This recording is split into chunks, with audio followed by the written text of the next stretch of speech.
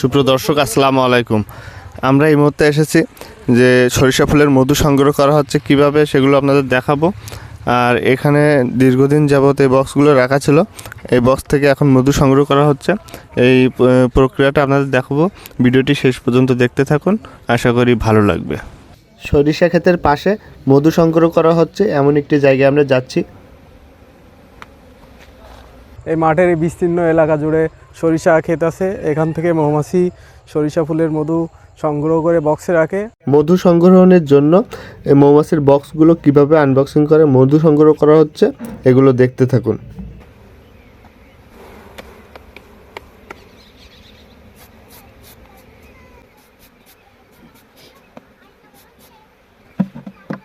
মূলত আমাদের সরিষা ফুল থেকে শুরু করি আমরা মধুর সংগ্রহ। 6 মাস আমরা এর থেকে মধু সংগ্রহ হয় 6 মাস, আর 6 মাস যাবৎ মৌমাছির খাদ্য দিয়ে বাঁচায় রাখতে হয়।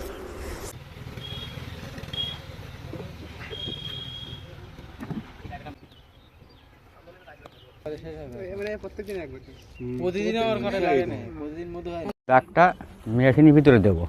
এটা মেশিনের ভিতরে কি জন্য দেবেন? এই মধুটা ঝাড়াই করে নেওয়ার জন্য। আচ্ছা, এটা কিভাবে করেন আমাদের একটু দেখান। হ্যাঁ, এই চাকটাই মেশিনের বাক্সের ভিতর দিয়ে পাক দিলে এর ভিতরে হাওয়া তৈরি হয়।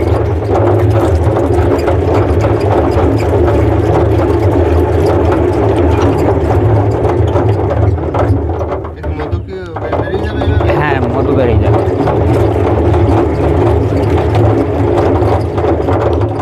এর ভিতরে ডিম বাচ্চা কিছুই যাবে না, শুধু মধু চলে যাবে। ডিম বাচ্চা যাবে, শুধুমাত্র মধুটা শুধু যাবে? মধু যাবে। আর ওই ডিম থেকে কি আবার মৌমাছি হবে? মৌমাছি হবে। এই যে হলুদ হলুদ যখন দেখা যাচ্ছে, এগুলো মাছির খাদ্য। মানে খাদ্য হতে কি যাবে? খাদ্য, হ্যাঁ। এটা ওই যখন মাছি জন্মাবে না নতুন, তখন ওই নতুন হওয়ার সঙ্গে সঙ্গে ওইটাই খাবে।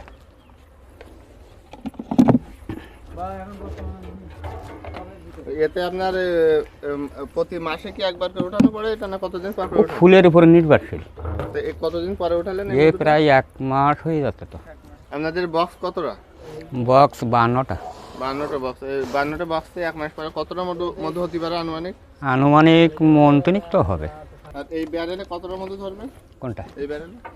ব্যারেলে তো মধু অনেক ধরবে। এই চ্যানেল আছে না এই ভিতরে, ওই যে বিয়ারিং আছে, ওর উপরে ওঠা যাবে না।